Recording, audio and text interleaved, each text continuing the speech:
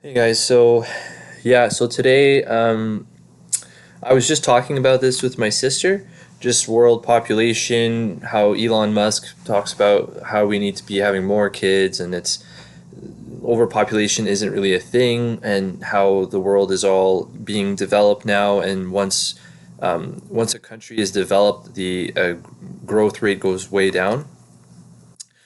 So Asmongold, I've been watching a lot of Asmongold lately, and he posts a lot of good videos. He's super entertaining. I suggest you go follow him. But yeah, I'm just watching this because I thought it'd be interesting to see what he thinks and the video that he's watching about it. So let's get into it.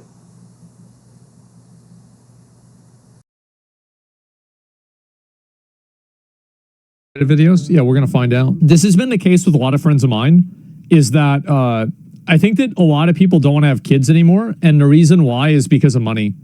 I think that is the main reason, and there's other reasons too, but that's the main reason. The US fertility rate drops to another historic low. Ooh. Births in Japan hit record low. Ooh. Italy's national birth rate is declared a national emergency. Nearly every country is due to shrink by 2100. There's little to no doubt that there's like an ongoing fertility crisis. People are choosing to not have babies anymore. From South Korea to the United States to Norway to Taiwan, pretty much every rich country. And you might not think this is a problem, but it is a problem for a few reasons. The reality is that people are living longer than ever at the moment. Yep. When people start to live this long, you need new workers to replace the ones that are retiring.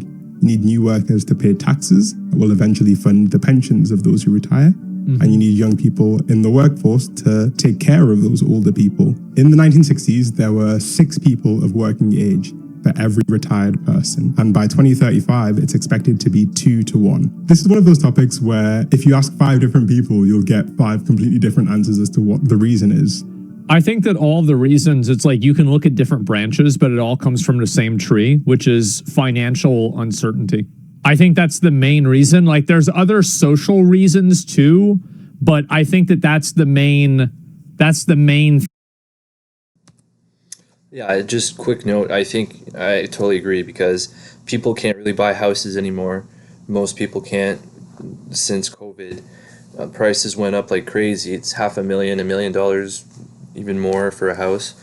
And then try to raise a family. How are you going to pay for all that? And I think it's all planned out really. Like when the U.S. bailed out $3 trillion. They bailed out the government. The government bailed out the banks $3 trillion, and then the taxpayers paid for that. This just keeps happening, and then recessions keep happening, and it's all a plan. It's like monopoly, I think, right? And the people that are controlling the world, they get to decide what everything costs and how things are going to go. That's why they meet with the Bilderberg group and they have all these meetings to discuss these things. But anyways. Thing.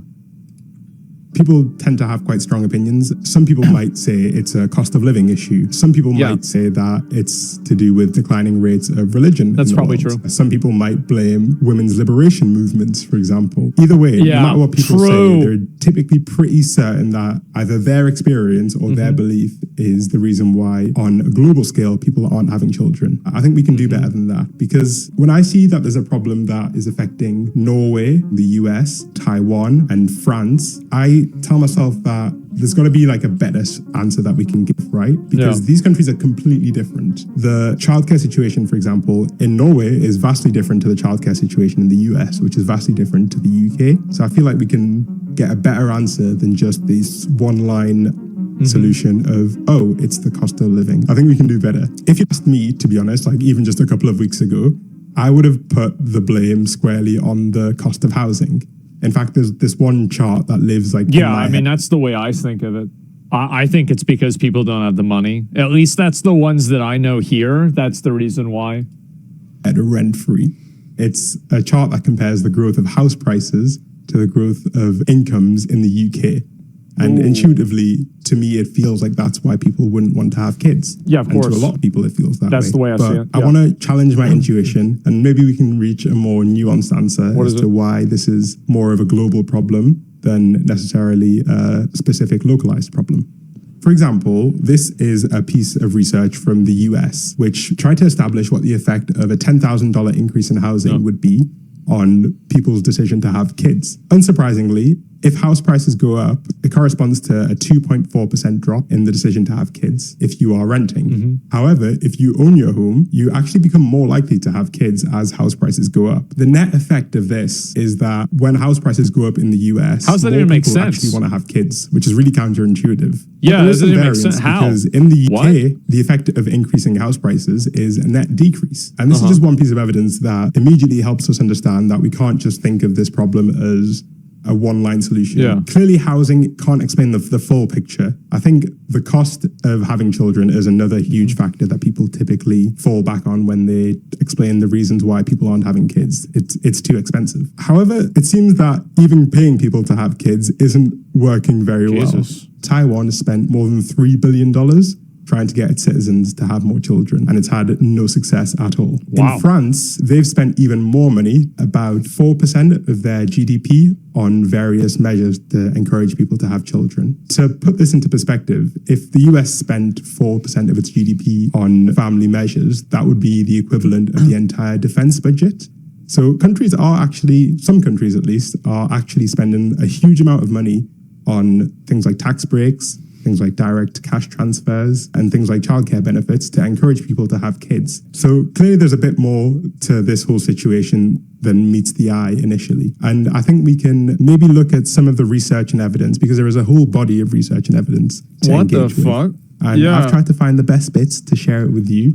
And I'm curious to hear what your opinions are on these different aspects. What I do find really interesting is like how the narrative has changed around this topic, because a couple of decades ago, overpopulation was all the rage. All of the discussion around the number of people on Earth revolved around the fact that there were too many people. And we have two people to blame for this. First of all, we have this dude here. His name is Thomas Malthus, and he is an 18th century economist. And he was the first major figure to really write about this idea of a population boom. He saw that the quality of life in 18th century England was dropping pretty quickly. And he said that there was just too many people, and that we'd get to a point where there wouldn't be enough food to sustain the growing population. And a couple of decades later, another professor wrote about the same topic. His name was Paul Ehrlich, and he wrote a book called The Population Bomb. And people really believed him. To kind of put into perspective how scared people were of overpopulation, I want to share a quote by the chairman of the Federal Reserve in the US, who said that overpopulation could be more explosive than the atomic or hydrogen bomb. Even on the other side of the world, in China, these they used to have the one-kid policy. Promoted China's decision to implement their one-child policy. The whole package of laws and regulations designed to stop Chinese people from having more than one child. If we fast forward to today, those fears were like clearly unfounded. I think most of us understand that food insecurity is a distribution problem and not an agriculture problem. And instead, we've ended up in the situation where underpopulation is the problem, where there are not enough young people. And I want to take a little bit of time to talk about the US specifically. See, so like everyone kept talking about overpopulation. Now it's underpopulation is a problem. Like there's always something. So it'd be better to just try to build a better country and like give people more resources and let them make the world better, and then worry about overpopulation when it's there. Like I don't know. It's a tough problem, I guess, but. Because I think they've got some really interesting factors that paint a different picture of the fertility crisis to the one that you might have in your head at the moment.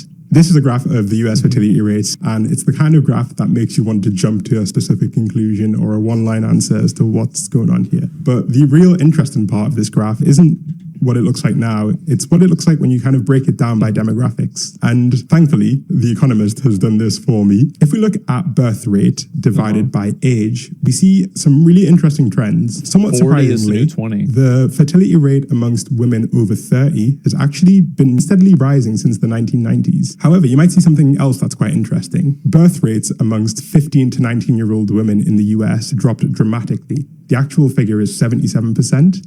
And they actually, that's probably a good thing.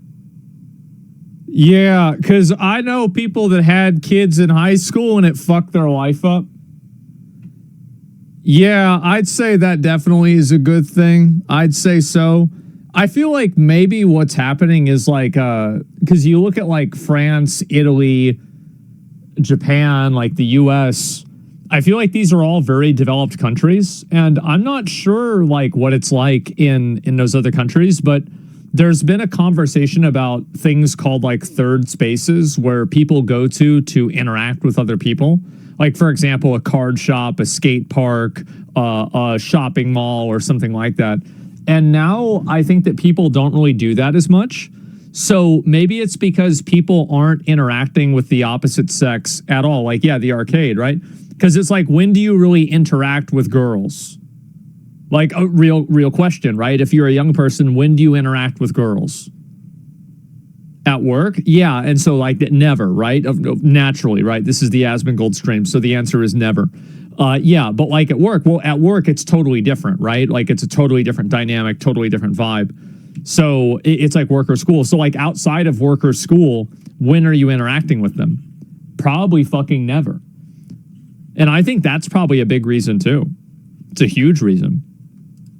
He explained that more than half of the drop in America's total fertility rate is driven by women under 19 choosing to no longer have kids. Around a third of these births would have been unplanned, and the majority of these births would have been on low incomes as well. In the UK, we actually see a similar trend where women at age 20 are having half as many children. Unlike richer women, these young women are not going to compensate by having more kids in the future. And I actually want to like take a brief second to have a little aside and talk about the fact that often the most vilified group of people are actually the most important group of people to society. I'm sure you've heard young single mothers described as a burden on society or as lazy. But clearly these women were The problem is not the young single mothers. The problem is that the fathers of the kids that the young single mothers have don't take accountability for the kid, and they don't help raise the kid. That's the actual problem.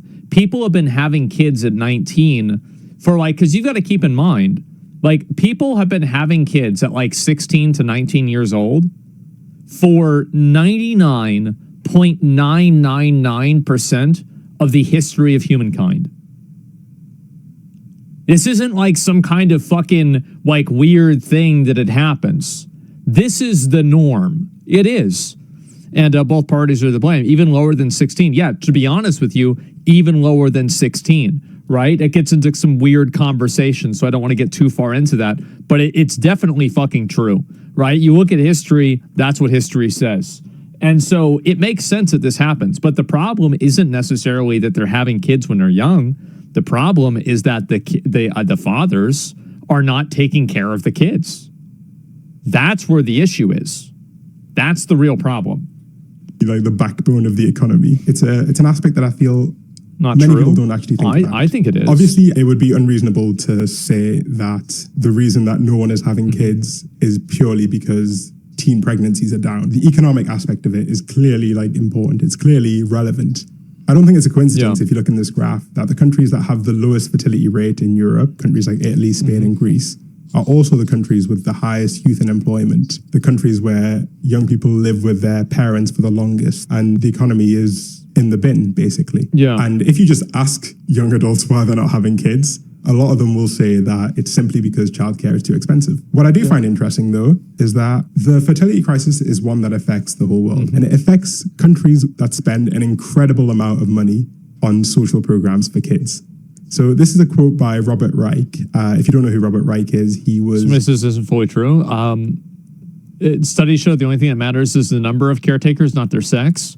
Well, yeah, but if that number is 2, it's better than 1, regardless, right? And I think that's the point that I'm making, right? Is that, like, for a lot of the people that I know that had kids really young, they don't really take care of the kids.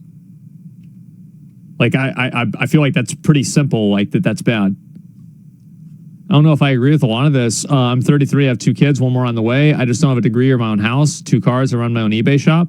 I personally think it's just people. Yeah, but why do people do that, though, is the question. US Secretary of Labor. He says that Norway spends around $30,000 per child on early childhood care. Finland spends $23,000. Germany spends $18,000. And the US spends $500 per child. Guys, I found out, I think there's a way that we can save $500. Holy shit. We could be sending that money to Israel and we're saying that we're spending it on the kids? Bro, what the fuck? What are we doing? Obviously, the US has a huge childcare spending problem. It just doesn't want to invest in young children. But Norway, which is spending incredible amounts on early childhood care, is still seeing a below replacement birth rate. Ooh. And when we talk about this problem, we tend to lump men and women in together as if their experience of having... One thing he might mention later, though, but one thing he hasn't covered is the birth rates during World War II.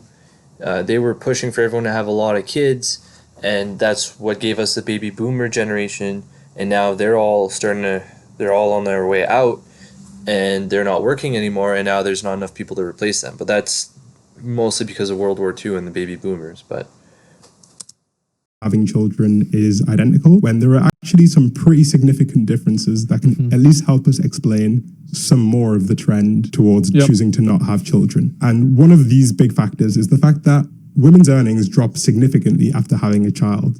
And that drop persists decades after they have children. This is not so much of a problem. Yeah, of course. I mean, obviously, that's the wage gap. Yeah, this is the real wage gap. It's not, oh, women are being paid less because they're women. No, it's because they have kids. That's the reason why it happens. It's simply unfair. Well, do you know what's unfair? Biology. Biology is unfair. That's the way the world works. Like, if you're mad about that, you're unhappy about this, that's okay. You can be mad, but I didn't decide this. I didn't make it like this. This is just the way the world works. So, and I think this is why, like, remember what I said before about how, like, marriage isn't for a man or a woman, it's for the kid? I think this is another good example of that. I don't see the problem here. Less people is generally good. In what capacity, right? Serious question. Why do you think everyone's mad? Oh, I don't know. I mean, are people mad? I have no idea. For men. Men who choose to have kids don't earn significantly less than men who don't choose to have kids. And they don't also experience a short-term drop in the amount that they earn. Gender-based differences in terms of the experience of childcare, I think, are a remarkably important factor. Of course. Because ultimately, you need two people to have a child. This tracks with the work of Dr. Matthias Dupke. He's like the guy to talk about family economics. It's his like area of specialty. He talks at length about the differences between low fertility countries and ultra low fertility countries. In the countries that have the lowest levels of fertility, there is a clear trend of women taking on a greater percentage of the burden of childcare. Yeah. So in the really low fertility countries, the percentage of childcare duties that is taken on by women can be as high as 80%. In countries that have slightly better fertility ratios, this percentage is much closer to 50-50. There's still a huge stigma in some of these countries, particularly South Korea and Japan, where women are still expected to spend huge amounts of time at home taking care of children, but they can't survive without having a career, or they simply just want a career, which is also very reasonable. The decision to have kids is, in some extent, a signal of optimism, right? A signal in the belief that you'll have a good future, your kid will have a good future, and the world on the whole. I don't know about before, like, it's something that has to do with, like, the kids that are feeling that way. Or sorry, parents that are feeling like their kid's going to be born into like a bad world. I don't necessarily think that's going to happen a whole lot. I mean, I'm sure it happens sometimes, though. I'm sure it's a factor. But I feel like the main reason why, I mean, I don't know. I think that he's right that it's probably more complicated than what I said about being just money, though. It's probably a combination of things.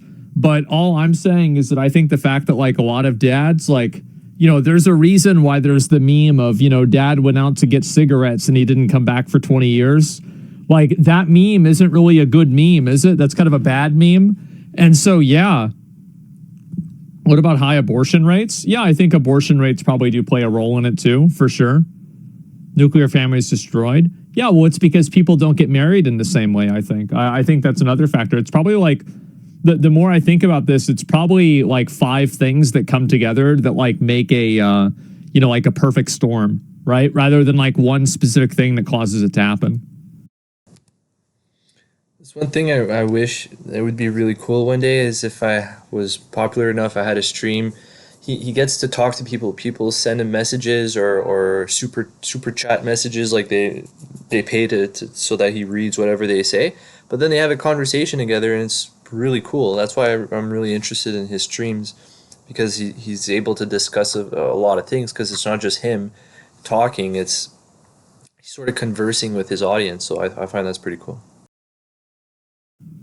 Has a good future ahead of it. And I think these disparate factors all play into a single idea of optimism about the world. There's a really good research group called Our World in Data. They're amazing. They compiled some data on how optimistic people feel about the world. And you can see that there's this concentration of rich, low fertility countries at the bottom of this graph. And I think it helps us at least explain somewhat why the countries that are even trialing just direct one-off cash payments are not seeing remarkable improvement. Giving someone a one-off payment doesn't necessarily make them feel like the world is going to be a better place in the next 5, 10, 15 years. On the other hand, places like Taiwan have tried extended maternity leave, and that hasn't worked because that has actually increased the risk for women. They're going to be out of the workforce for longer, and they're going to struggle to recover the income that they once had. Well, like if you're thinking about it from a job POV, like why are you going to want to have a girl there that's pregnant working at a job if she's going to have to leave for like 2 months?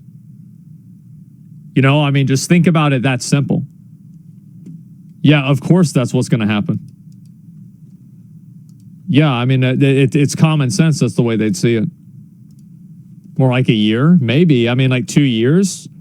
Well, I don't know. I know that like some women get back to work kind of soon, maybe 2 months. I'm not sure, right? I could be wrong. I've heard from other people that maternity leave, at least here, is like sometimes only 2 months. These macro factors like the gender wage gap, which are kind of creating like a negative pressure, and it's not enough to balance that negative pressure. But importantly, it's also worth mentioning that a lot of the drop in fertility is actually a good thing. It represents that people have agency. People can actually choose whether or not to have children, especially women. In fact, we use the term fertility crisis when it's not really a fertility crisis, it's a worker crisis. Governments aren't trying to create self-actualized, happy, positive individuals.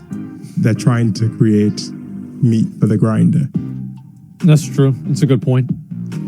Yeah. No, he's right about that. I feel like this is a good video. I mean, I didn't know some of this stuff in this video.